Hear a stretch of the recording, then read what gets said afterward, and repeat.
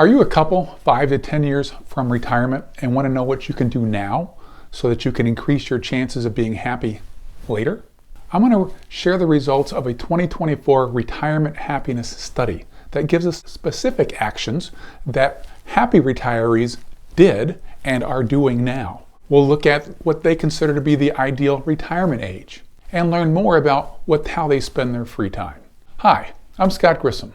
I was a college professor for many years, and now I teach couples how to understand and manage their finances with confidence so that they can enjoy the next phase of their life. The MassMutual 2024 survey surveyed 1,000 retirees within 15 years of retirement, as well as 1,000 pre-retirees within 15 years of their future retirement. Additional details about the logistics of the study can be found down below. But what was the big question? They asked, are you happier now in retirement than you were while in the workplace? 66% said yes, I am happier now. Only 1 out of 12, or about 8%, said I'm not as happy as I was in the workplace. And the remaining 25% said, about the same. So what did those 66% have in common, those happy retirees?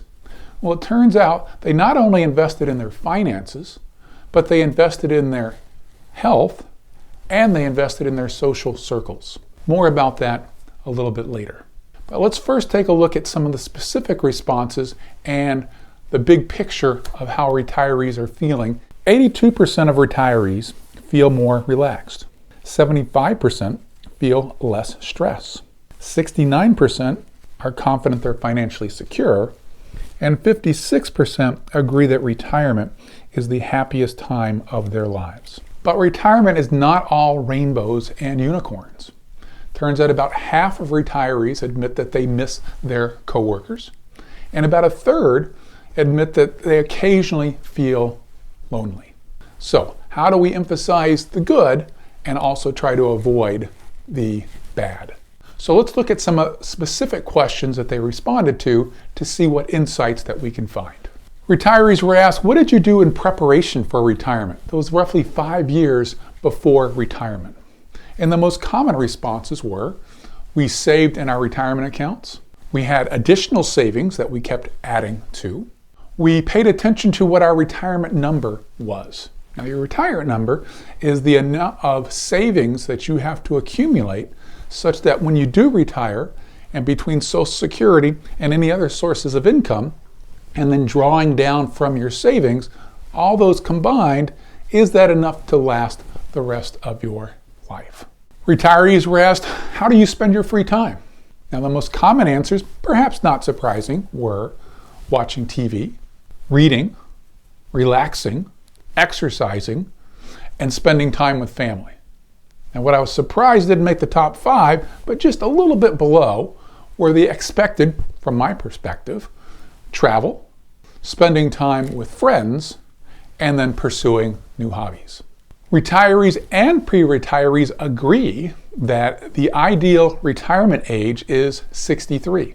Now, that's a challenging year because what will you do for health care? Since we have to wait until age 65 to be covered by Medicare, if you retire at age 63, what are you going to do for those 2 years? You need to have a plan. Maybe you have some additional coverage or carry-on coverage from work, or you'll have to enter the private insurance market. So be aware of that when you're doing your planning. They were also asked to compare your expectations before retirement with the reality during retirement for a number of different activities, and did they experience more or less of that? Now, luckily, they experienced less financial concerns than they anticipated. They had less boredom than they were concerned about, and they experienced less health concerns or illnesses than they anticipated happening. They were also asked, now that you're in retirement, you've probably had to make some adjustments financially. What are some of those actions that you did? Well, they A, are spending less than they did before retirement. B, they're tracking their spending, they have a budget. And C, they worked with a financial advisor. All 3 of those things help them flourish in retirement. Retirees and pre-retirees were both asked basically their definition of retirement. Now most, or at least the majority of retirees said retirement means the end of work. But pre-retirees, therefore younger folks, slightly younger at least, had a slightly different take. That means that retirement is the opportunity to find my new purpose. Maybe find a more fulfilling job on a part-time basis. So it's less of an ending and more of a beginning to the next half of my life, which sounds a little more optimistic and more engaging than just suggesting that retirement means the end of work. So let's go back to those 66% of retirees that are happy. How do they compare and contrast with those that are listed as unhappy? Turns out there are three key elements that we noticed, or that the study identified. One is that they have strong finances. 2, they have good health. And 3, they have an engaging lifestyle. Well, what does that mean? Strong finances means they had saved enough and they are taking care of their dollars. They're perhaps working with a financial advisor. Good health means they're exercising, they are eating well, and perhaps equally important is that this was important to them even before retirement.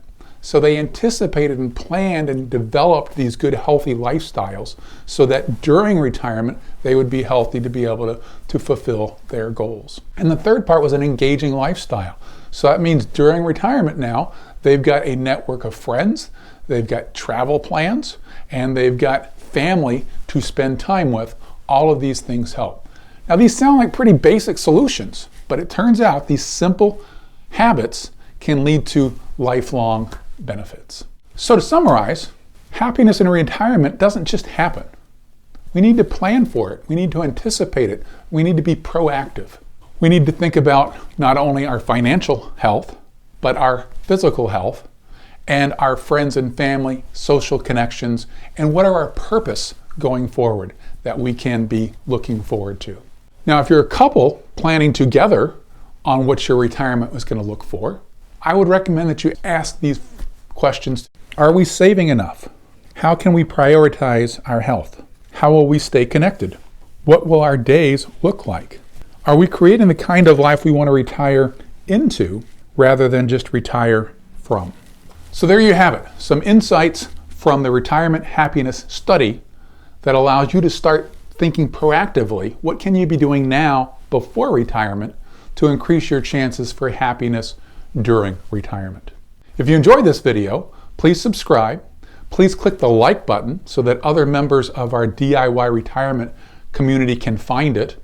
And then also click the bell so that you will get reminded when additional videos like this come out that help you retire smarter.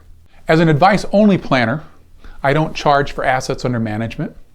I don't manage your investments. But what I do is give you, for a flat fee, objective advice and informed second opinion. We work together to develop a custom retirement plan with specific actions that you can take on your own. After the fact, clients feel much more empowered that they understand their finances and their financial future. Until next time.